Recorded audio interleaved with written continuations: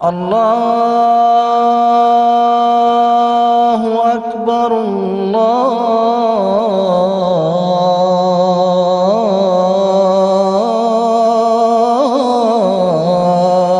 اکبر۔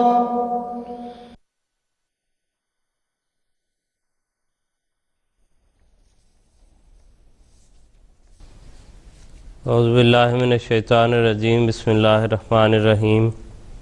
ناظرین کرام، السلام علیکم ورحمۃ اللہ۔ اس ہفتے کے نئے فقہی مسائل پروگرام کے ساتھ ہم آپ کی خدمت میں حاضر ہیں۔ آپ کی طرف سے موصول ہونے والے اس عرصہ میں سوالات جو ہیں وہ آج علماء کرام کی خدمت میں پیش کریں گے۔ مختلف موضوعات سے تعلق رکھنے والے سوالات آج کے پروگرام میں شامل ہوں گے، کیونکہ ان دنوں ہم نے کوئی موضوع معین اس کے لیے نہیں کر رکھا، بلکہ اوپن فورم ہے کہ جو بھی سوال آپ کسی بھی موضوع کے متعلق فقہ کے حوالے سے پوچھنا چاہیں وہ آپ ہمیں بھجوا سکتے ہیں، اور انشاءاللہ اس پر ہمارے علماء کرام گفتگو فرمائیں گے۔ پروگرام کے پینل میں آپ جانتے ہیں کہ شمولیت فرماتے ہیں کرم محترم مولانا ظہیر احمد خان صاحب، لندن اسٹوڈیوز میں تشریف فرما ہوتے ہیں، اور ٹیلی فون لائن پر مکرم و محترم مولانا مبشر احمد کالم صاحب مفتی سلسلہ شریک پروگرام ہوتے ہیں۔ آج بھی ان دونوں بزرگوں کا ساتھ ہمیں حاصل ہے، اور آپ کی طرف سے موصول ہونے والے سوالات ان کی خدمت میں پیش کریں گے۔ پہلا سوال جو آج کے پروگرام میں ہم شامل کریں گے وہ محمد عبدالرشید صاحب لندن کی طرف سے ہے۔ عبدالرشید صاحب، آپ کے ایک سے زائد سوالات تھے اور کافی تفصیل سے آپ نے لکھے تھے، جزاکم اللہ آپ کا کہ آپ توجہ سے پروگرام سنتے ہیں اور دلچسپی لیتے ہیں۔ لیکن سوالات کے حوالے سے میں یہ عرض کرنا چاہتا ہوں کہ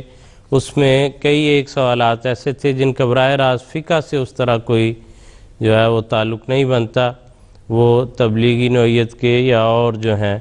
تعلیم کی نوعیت کے سوالات وہ بنتے ہیں، ان کا فقہ کے حوالے سے ایسا براہ راست تعلق نہیں تھا، اس لیے ان کو تو شامل نہیں کر سکے۔ بہرحال آپ نے ایک سوال ان میں سے یہ پوچھا کہ کیا اسٹاک ایکسچینج کے شیئرز خریدنا جائز ہے، تو اس پر آج ہم گفتگو کریں گے، اور اس کے لیے ہم چلتے ہیں استاد علم کرم جناب مبشر احمد کالم صاحب مفتی سلسلہ کے پاس، اور ان سے پوچھتے ہیں کہ وہ اس سلسلے میں کیا فرماتے ہیں۔ محمد عبدالرشید صاحب کا یہ سوال ہے کہ کیا اسٹاک ایکسچینج کے شیئرز خریدنا جائز ہے؟ یہ سوال حضرت خلیفۃ المسیح الرابع رحمہ اللہ کی خدمت میں دو مختلف مواقع پہ دریافت کیا گیا تھا۔ ایک مرتبہ حضور کینیڈا ٹورنٹو میں تشریف رکھتے تھے، 1991 کی بات ہے، کسی نے یہی سوال، تو وہاں حضور نے بڑا اصولی طور پہ مختصر جواب ارشاد فرمایا۔ حضور نے فرمایا اسلام میں دو چیزیں منع ہیں، ایک جوا اور دوسرا سود۔ اس لیے کوئی بھی ایسا کاروبار جس میں ان دونوں میں سے کوئی ایک چیز بھی پائی جائے منع ہے، اور جس تجارتی نظام میں یہ دونوں چیزیں نہ ہوں وہ جائز ہے۔ ایک اور شخص نے یہی سوال دریافت کیا 1993 میں لندن میں، تو حضور نے فرمایا کہ میرے نزدیک اسٹاک ایکسچینج کا کاروبار ہر دوسری چیز کی نسبت جوئے سے زیادہ قریب، اسپیکولیشن یعنی سٹہ بازی کے کوئی معین قوانین نہیں۔ اس کاروبار کے چلنے کے لیے کوئی پکا اقتصادی قانون نہیں ہے۔ شیئرز کی خرید و فروخت میں اتفاق کا بہت بڑا کردار۔ آخری نتیجے کے طور پر یہ صرف ایک اتفاق کا کھیل ہے جس میں آپ یا تو سب کچھ کھو سکتے ہیں یا آپ اس سے بہت زیادہ کما سکتے ہیں جتنی آپ اس کے لیے محنت کر رہے ہیں۔ اس صورتحال میں اس بزنس کو اختیار کرنے کے بارے میں مشورہ نہیں دیا جانا چاہیے۔ یہ بہرحال ایک احمقانہ کام ہے۔ حضور فرماتے ہیں ایک دفعہ چند احمدی نوجوان اس بزنس کو اختیار کرنے کے بارے میں بہت پرجوش تھے، چنانچہ انہوں نے کمپنیاں قائم کی، پیسے ادھار لینے شروع کیے اور دوسرے احمدیوں کو بھی کم از کم قائل کر لیا کہ وہ اس جلد ترقی کرنے والے اور پھلنے پھولنے والے سٹے کے کاروبار میں اپنا حصہ ڈالیں۔ میں نے ان کو اس کے خلاف خبردار کر دیا اور کہا تھا کہ تم نہ صرف اپنے آپ کو تباہ کر لو گے بلکہ تم دوسرے احمدیوں کی رقم بھی، لہذا اس کو بند کرو۔ اور جس نے بھی مجھ سے اس بارے میں مشورہ مانگا کہ کیا ہم اس کاروبار میں روپیہ ڈالیں تو میں نے انہیں کہا نہیں۔ صرف وہ لوگ جنہوں نے میرے مشورے کے مطابق عمل کیا تھا محفوظ رہے، باقی لوگوں کو بالآخر لاکھوں پاؤنڈ اور اس کے علاوہ بھی نقصان برداشت کرنا پڑا۔ پھر کچھ لوگ جو اپنے پیسے تھے لے کر چل دیے اور بعض جیل میں پہنچ گئے، چنانچہ اس کاروبار نے انہیں تباہی کے سوا کچھ نہ دیا۔ حضور فرماتے ہیں بس یہ نسخہ یاد رکھیں کہ ہر وہ طریق جس میں پیسے جلدی حاصل ہونے کی امید نظر آئے اس میں کوئی نہ کوئی چالاکی، سکم یا اخلاقی کمی ضرور ہوتی۔ ایسے طریقے عموماً کم اخلاق لوگوں کو اپنی طرف زیادہ مائل کرتے ہیں بنسبت ان کے جو اپنی سوچ میں مستقل ہوتے ہیں اور جن کا زندگی کے بارے میں نظریہ متوازن ہوتا ہے۔ جزاکم اللہ کلن صاحب، بہت شکریہ، آپ نے اس صاحب کے ارشادات کی روشنی میں اس کی تفصیل بیان فرما دی ہے۔ اگلا سوال آپ کی خدمت میں پیش کرنا چاہتا ہوں۔ فاروق صاحب نے لندن سے ہمیں پوچھا ہے، وہ کہتے ہیں اگر کوئی نماز رہ گئی ہو اور وقت بھی گزر گیا ہو تو کیا کرنا چاہیے؟ حدیث میں حضور صلی اللہ علیہ وسلم نے اس کے بارے میں جو ہدایات فرمائی ہیں اس میں دو حضور صلی اللہ علیہ وسلم نے وجوہ ایسی بیان کی جن میں اگر نماز رہ جائے اور وقت بھی گزر جائے تو پھر بھی اس کی ادائیگی کرنی چاہیے۔ حضور نے فرمایا کہ اگر کوئی شخص نماز پڑھنا بھول جائے یا وہ سویا رہ جائے اور نیند کی حالت میں اس کی نماز کا وقت گزر جائے تو جب اس کو نماز یاد آئے یا جب وہ نیند سے بیدار ہو تو فوری طور پر اس نماز کی ادائیگی وہ کرے۔ تو یہ ہے، یعنی بھولنا اور نیند کی حالت میں جو نماز رہ جائے وہ وقت بھی گزر گیا ہو تو انسان کو اس کی ادائیگی ضروری ہے، گویا فوت شدہ نمازوں کی جو قضا ہے وہ فوری طور پر کر لی جائے۔ دوسرا، جہاں تک اس بات کا تعلق ہے کہ عمدن نماز چھوڑ دی جائے تو اس کے بارے میں اس کا تو تدارک، توبہ، استغفار اور آئندہ اس قسم کی غلطی کا ارتکاب نہ کرنے کا جو وعدہ ہے وہی ہے۔ اور اس کے بارے میں بعض جو فقہا ہیں ان کا آپس میں اس میں اختلاف ہے۔ بعض کے نزدیک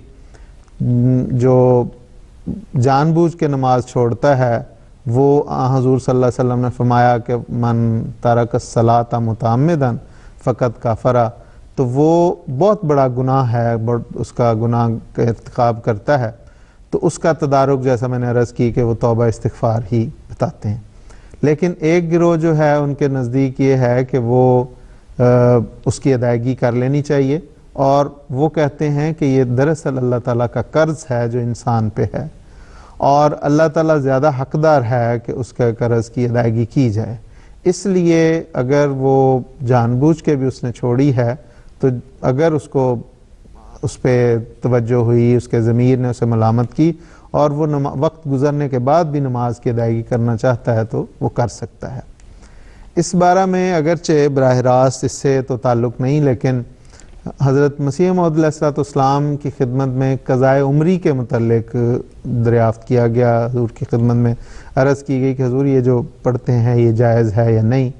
تو باوجود اس کے کہ قضائے عمری کا بھی تصور یہی ہے کہ انسان سارا سال تو نمازیں نہ پڑھے اور رمضان میں جمعہ جو آخری جمعہ ہے اس میں آ کے وہ یہ نماز پڑھ لے، تو اس کا گویا ان کا تصور یہ ہے کہ پرانی ساری جو نمازیں ہیں ان کا تدارک ہو جاتا ہے۔ تو اس کے بارے میں حضرت مسیح موعود علیہ السلام نے حضرت علی کے اس قول کی طرف ارشاد فرماتے ہوئے کہ کسی نے حضرت علی، کوئی شخص بے وقت نماز پڑھ رہا تھا تو کسی نے حضرت علی رضی اللہ تعالیٰ عنہ کی خدمت میں عرض کی کہ حضور یہ بے وقت نماز پڑھ رہا ہے، اس کو آپ روکیں۔ تو انہوں نے کہا کہ میں کیسے اسے روک سکتا ہوں، کیونکہ قرآن کریم میں آیا اس کے متعلق بڑا انذار ہے کہ ارایت الذی ینہا عبدن اذا صلی، کہ کسی نماز پڑھنے والے کو تو نہیں روکا جا سکتا۔ اور حضرت علی رضی اللہ تعالیٰ عنہ نے فرمایا کہ میں نہیں چاہتا کہ میں اس انذار کے تحت آؤں۔ تو حضرت مسیح علیہ السلام سے جب اس بارے میں پوچھا گیا تو حضور نے جو ارشاد فرمایا وہ الفاظ میں پڑھ دیتا ہوں۔ حضور نے فرمایا، اور جو شخص عمدن سال بھر اس لیے نماز کو ترک کرتا ہے کہ قضائے عمری والے دن ادا کر لوں گا، وہ تو گناہ گار ہے، اور جو شخص نادم ہو کر توبہ کرتا ہے اور اس نیت سے پڑھتا ہے کہ آئندہ نماز ترک نہ کروں گا تو اس کے لیے حرج نہیں۔ ہم تو اس معاملے میں حضرت علی ہی کا جواب دیتے ہیں۔ تو گویا اگر وہی بات کہ اگر کسی کو ملامت ہوتی ہے، اس کا ضمیر اسے ملامت کرتا ہے اور وہ نماز جو چھوٹ گئی ہے اس کو بے وقت بھی ادا کرنا، وقت گزرنے کے بعد بھی ادا کرنا چاہتا ہے، تو کوئی حرج کی بات نہیں اگر اس کو ندامت ہوتی ہے اور آئندہ اس کے لیے وہ یہ خیال کرتا ہے کہ آئندہ میں ایسا نہیں کروں گا۔ تو دونوں باتیں ہیں، دونوں چیزیں ہیں کہ لیکن اپنے تساہل کے نتیجے میں یا اپنی عادت بنا کر کہ وقت جو ہے اس دوران انسان بیٹھا رہے آرام سے اور پھر یہ ہے کہ بعد میں چلیں پڑھ لوں گا۔ دوسرا خاصا جو آپ نے شروع میں ذکر فرمایا کہ جس کو بھول گئی ہو یا جو سویا رہے تو جب بھی یاد آئے، تو اس میں فرض کریں اگر کوئی دوپہر کو سویا ہے، لیٹ اٹھا ہے، مغرب کے قریب وقت ہے، تو جو ممنوع اوقات ہیں ان کی اس میں ایک تو وہ وقت ہیں جس کے متعلق آن سلم نے فرمایا کہ نماز عصر کی ادائیگی کے بعد سورج غروب ہونے تک کوئی نماز نہیں ہے، اور نماز فجر کی ادائیگی کے بعد سورج طلوع ہونے تک کوئی نماز نہیں ہے۔ تو اس کے متعلق فقہاء کا اس پہ اتفاق ہے کہ ان اوقات سے مراد نفلی نمازیں ہیں۔ اگر کسی شخص کو فرض چھوٹی ہوئی نماز یاد آ جاتی ہے تو وہ ان اوقات میں ادا کر سکتا ہے، لیکن ایک وقت جس کو اوقات ممنوعہ قرار دیا جاتا ہے جو بہت تھوڑے اوقات ہیں، وہ 3 وقت ہیں۔ ایک بالکل جب سورج طلوع ہو رہا ہو، جس کے اردو یا پنجابی کے محاورے میں کہیں گے اندر باہر کی کیفیت ہو، کہ کچھ سورج باہر ہے کچھ اندر ہے، بالکل عین طلوع کا وقت ہے، اور ایک بالکل عین غروب کا وقت ہے۔ یہ 2 اوقات کے متعلق حضور صلی اللہ علیہ وسلم نے فرمایا کہ ان اوقات میں چونکہ مشرکین سورج کی پوجا کیا کرتے تھے، اس وقت اس لیے ان جو چند لمحوں کے اوقات ہیں یا چند منٹ کے 2 یا 3 منٹ کا وقت ہے، اس میں بالکل نماز پڑھنے سے منع فرمایا۔ اسی طرح جو عین سر پہ سورج ہوتا ہے اس کے متعلق حضور نے فرمایا کہ تسجر فیہ جہنم، کہ اس گھڑی میں فیہا غالباً ہے کہ اس گھڑی میں جہنم کو بھڑکایا جاتا ہے، اس لیے اس وقت بھی نماز کو نہ پڑھا کرو۔ تو یہ 3 اوقات کے متعلق ہے کہ اگر ان اوقات میں کوئی نماز فرض بھی ہے تو وہ نہ پڑھی جائے، لیکن یہ جو تیسرا وقت ہے عین زوال کا، اس کے متعلق جمعے کے علاوہ ساتھ استثناء ہے کہ جمعے میں ایسے غالباً یہ ہے کہ جمعے والے دن ایسا نہیں ہوتا، اس لیے حضور نے اس میں یہ اجازت دی کہ جمعے میں استثناء ہے، جمعے میں اگر کوئی سنتیں پڑھ رہا ہے یا نماز پڑھ رہا ہے تو اس میں کوئی یہ وقت حائل نہیں ہوتا، وہ جاری رکھ سکتا ہے۔ تو جو دوسری ایک اور وضاحت کرنا چاہتا ہوں کہ آن سلم نے یہ جو فرمایا کہ جو شخص نماز بھول جائے یا سویا رہے تو جو ہی اسے یاد آئے یا جب وہ بیدار ہو تو اسے ادا کر لے. ساتھ حضور نے فرمایا یہی اس کا کفارہ ہے, یہی اس نماز کے چھوڑنے کی جب تدارک جو ہے اس کی ادائیگی جو ہے اس کا تدارک ہے, اس لیے وہ بہرحال کرنی چاہیے. اور اسی کے تحت بعض فقہا کے نزدیک یہ ہے کہ ادائیگی اگر بے جان بوجھ کے بھی چھوڑا ہے تو بعد میں بھی ادائیگی کر لینا بہرحال بہتر ہے کہ وہ اللہ تعالیٰ کی ایک عبادت ہے جو بجا لائی جا رہی ہے. خان صاحب ایک یہ بھی خیال پایا جاتا ہے کہ جو آج کی نماز فرض کریں ظہر کی رہ گئی ہے تو اگلے دن کی ظہر کے وقت پڑھ لیں, اس کی بھی کوئی بنیاد کوئی سند اس کی کوئی ہے؟ دیکھیں یہ تصور حضور صلی اللہ علیہ وسلم کے اس ارشاد کے برعکس ہے, کیونکہ حضور نے فرمایا کہ جب اسے یاد آئے یا جب وہ نیند سے بیدار ہو تو پہلا کام اس کا یہی ہونا چاہیے کہ اس قرض کو وہ ادا کر لے, اس فرض کو وہ ادا کر لے. تو اس لیے یہ کہ وہ پتہ نہیں اگلے 24 گھنٹے تک اس نے زندہ رہنا بھی ہے کہ نہیں, اس لیے یہ اللہ تعالیٰ کا جو آیت کا فرض ہے اس کو جتنی جلدی ادا کیا جائے وہ ادا کرنا چاہیے. ورنہ بنیادی طور پہ تو قرآن کریم کا وہی حکم ہے کہ نماز کو اس کے وقت پر ادا کرنا ہر مومن کا اولین فرض ہے. جی ٹھیک ہے ہاں صاحب, بہت شکریہ. کل سے اگلا سوال آپ کی خدمت میں پیش کرنا چاہتا ہوں. عطاء الرحمن صاحب مانچسٹر UK سے انہوں نے پوچھا ہے, وہ کہتے ہیں کہ وضو کے لیے پانی نہ ہونے کی صورت میں اسلام نے تیمم کرنے کی تعلیم دی ہے یا حکم دیا ہے. کہتے ہیں اس میں کیا حکمت ہے, کیونکہ بظاہر یہ عمل بے فائدہ لگتا ہے, اس طرح پاکیزگی جیسے پانی سے دھو کر پاکیزگی حاصل ہوتی ہے وہ اس سے بظاہر نظر نہیں آتی, تو پھر اس کا مقصد کیا ہے؟ جی بات یہ ہے کہ وضو محض صفائی کی خاطر نہیں, کیونکہ اگر وضو کا مقصد وضو کے اعضاء کی صفائی ہوتا صرف, تو پھر جو لوگ ایسے علاقوں میں ہیں جہاں گرد و غبار نہیں اڑتی, یا دفاتر میں دروازے کھڑکیاں بند ہیں, AC لگے ہوئے ہیں, ان کو ان کے اعضائے وضو پہ خاک نہیں پڑی, دھول نہیں پڑی, گندے نہیں ہوئے, پسینہ نہیں آیا, پھر ان کو تو وضو کرنے کی ضرورت ہی نہیں ہے. یہ ایک ثانوی چیز ہے صفائی, ورنہ اصل مقصود یہ ہے کہ انسان نماز کے لیے جب وضو کرتا ہے اس کے کئی مقاصد ہیں. سب سے بنیادی یہ ہے کہ انسان ذہنی طور پہ خدا کے حضور تیار ہو رہا ہوتا ہے. اگر پانی میسر ہے تو فرمایا پانی کے ساتھ وضو کرو تاکہ تم خدا کے حضور نماز کے لیے ذہنی طور پہ اپنے آپ کو تیار کر سکو. اب میں نماز کے لیے ایک تیاری کر رہا ہوں, اور اگر پانی میسر نہیں یا ایسے حالات ہیں کہ پانی کا استعمال نہیں کرنا, تو پھر خدا تعالیٰ نے فرمایا کہ تیمم کر لو. اپنے ذہن کو اس بات پہ آمادہ کر لو کہ اب پانی تو مجھے میسر نہیں, یا کسی سبب کی بنا پہ میں نے پانی کو استعمال نہیں کرنا, تو اب میں تیمم کو سمبل کے طور پہ کر رہا ہوں تاکہ میں ذہنی طور پہ تیاری کا اظہار کروں کہ اے خدا میں تیرے حضور عبادت کے لیے اپنے آپ کو تیار کروں. جی ٹھیک ہے کل صاحب, بہت شکریہ, جزاکم اللہ حسن الجزا. ہاں صاحب اگلا سوال محمد ارشد صاحب نے لندن سے ہمیں پوچھا ہے. وہ کہتے ہیں کہ اگر کوئی شخص کسی ریسٹورنٹ میں کام کرتا ہو اور اس کو وہاں آنے والوں کو سور کا گوشت بھی پیش کرنا پڑتا ہو, یہ اس کی جاب کا حصہ ہے, اس کو کام کرتا ہے وہاں, تو اس بارے میں کیا حکم ہے ایسی جاب کے بارے میں؟ یہ دراصل یہ ایسا سوال ہے جو خاص طور پہ ویسٹرن دنیا اور یورپ وغیرہ کے ساتھ اس کا زیادہ تعلق اور آج کے زمانے میں زیادہ ابھر کے سامنے آیا ہے. حضرت خلیفۃ مسیح رابع رحمہ اللہ تعالیٰ سے اس بارے میں پوچھا گیا اور حضرت صاحب نے حضرت خلیفۃ مسیح رابع رحمہ اللہ تعالیٰ نے اس بارے میں بڑا تفصیل کے ساتھ بڑا کھول کے اس مضمون کو بیان کیا کہ اور اس کے مختلف پہلوؤں کو حضور نے جو اس جواب میں ارشاد فرمایا اس میں یہ بھی کہ سور کا یا شراب کا جو کاروبار ہے اس میں اگر تو کسی احمدی کا اپنا کاروبار ہے تو اس کے متعلق تو حضرت صاحب نے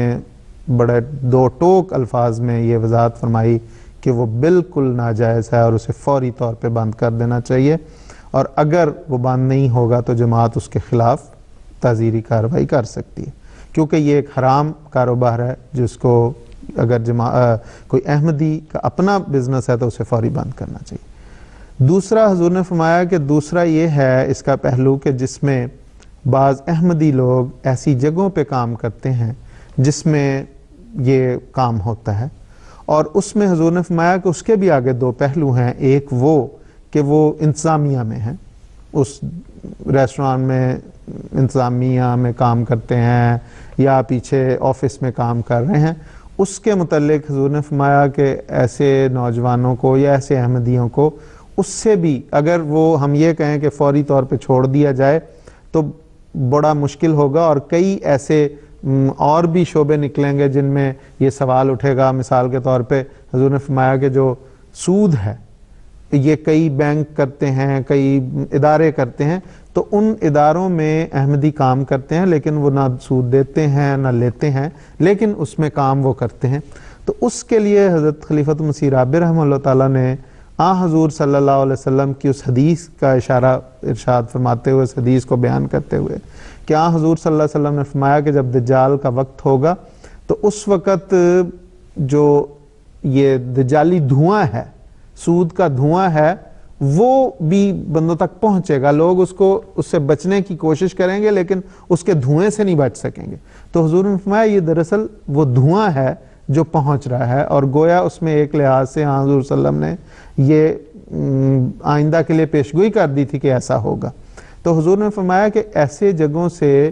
اگر ممکن ہو تو اجتناب کرنا چاہیے، اور ایسے بچوں، ایسے احمدیوں کو اور جگہ نوکریاں تلاش کرنی چاہیے۔ اور اس میں حضور نے خاص طور پہ جرمنی کے نوجوانوں کا ذکر کرتے ہوئے فرمایا کہ جب میں نے یہ ہدایت فرمائی تو بڑی قربانیاں دی بچوں نے، ایسے احمدیوں نے، فوری طور پہ انہوں نے ایسی نوکریاں چھوڑ دیں، چاہے انہیں اس کے بدلے میں ملتی تھی یا نہیں ملتی، اور اللہ تعالیٰ نے ان کے رزق کے حلال کا پھر انتظام کیا۔ ایک پہلو یہ۔ لیکن دوسرا پہلو حضور نے یہ فرمایا کہ ان ریسٹورانٹ ہیں یا ایسی جگہوں پہ جہاں پہ سور یا شراب پیش کرنی پڑتی ہے، گویا وہ جو خود پیش کر رہے ہوتے، تو حضور نے فرمایا یہ تو نہایت مکروہ کام ہے کہ انسان یہ دعویٰ کرے، یہ اعتقاد رکھے کہ یہ چیز حرام ہے اور اس کے نقصانات ہیں، اور وہ نقصان دہ چیزیں دوسروں کو پیش کی جائیں۔ تو اس سے تو پوری طرح اجتناب کرنا چاہیے۔ حضرت صاحب کے ان الفاظ کو میں پڑھ دیتا ہوں اس پہلو سے متعلق جو ہیں۔ حضور نے فرمایا دوسری شکل یہ ہے کہ وہ خود سور پکاتا ہے یا شراب یا سور سرو کرتا ہے، یہ کافی مکروہ صورتحال ہے، اگرچہ براہ راست ان پر اس کاروبار کی ذمہ داری عائد نہیں ہوتی، یعنی وہ کسی اور کی کاروبار میں کام کر رہے ہیں۔ ایسے لوگوں کے لیے میری ہدایت تھی کہ جس قدر جلدی ہو سکے اس کے متبادل جگہ تلاش کر لیں، اور جس حد تک انسان کے اختیار میں ہے اس کام سے بچنے کی پوری کوشش کریں، ورنہ ہمیشہ کے لیے آپ کے منہ پر داغ لگ جائے گا کہ ایک طرف تو آپ اس کو انسان، یعنی ان چیزوں کو انسان کے لیے ضرر رساں خیال کرتے ہوئے اس کو حرام سمجھتے ہیں، اور دوسری طرف آپ اس کو صرف بھی کرتے ہیں۔ حضور فرماتے ہیں بعد میں جرمنی سے جو اطلاعات مجھے ملی ہیں ان کے مطابق بعض لڑکوں نے بڑی حیرت انگیز قربانیوں کا مظاہرہ کیا اور فوری طور پر بغیر کسی متبادل کام ملنے سے پہلے استعفے دے دیے۔ تو یہ حضرت صاحب نے فرمایا کہ یہ جو کام ہے جس میں اسے سرو کرنا پڑتا ہے، جس میں اسے خود پکانا پڑتی ہیں یہ چیزیں، جس میں خود اس کی اپنی ذاتی انوالومنٹ ہے، اس سے اسے اجتناب کرتے ہوئے اور نوکریاں تلاش کرنی چاہیے اس لیے، اور اگر وہ مل جائیں تو اسے فوری چھوڑنا چاہیے۔ تو اس پہ پھر یہ ہے اب صورتحال جو ہمارے سامنے ہے۔ خان صاحب بہت واضح ہے، جیسے صاحب نے پوری وضاحت سے بیان فرما دیا ہے